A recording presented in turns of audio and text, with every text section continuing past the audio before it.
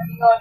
2 Corinthians chapter 6 verse 2, Behold, now is the accepted time. Behold, now is the day of salvation.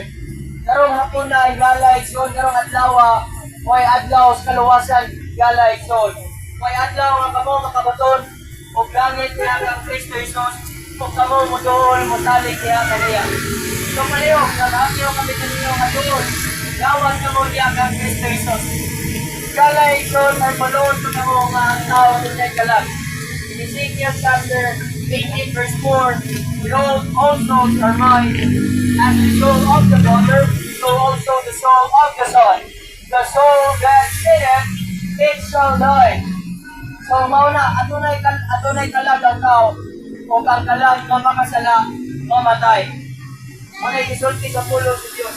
For all have sinned and come short of the glory of God. For the wages of sin is death. Atunay bayan ang kasalanan ng kalag.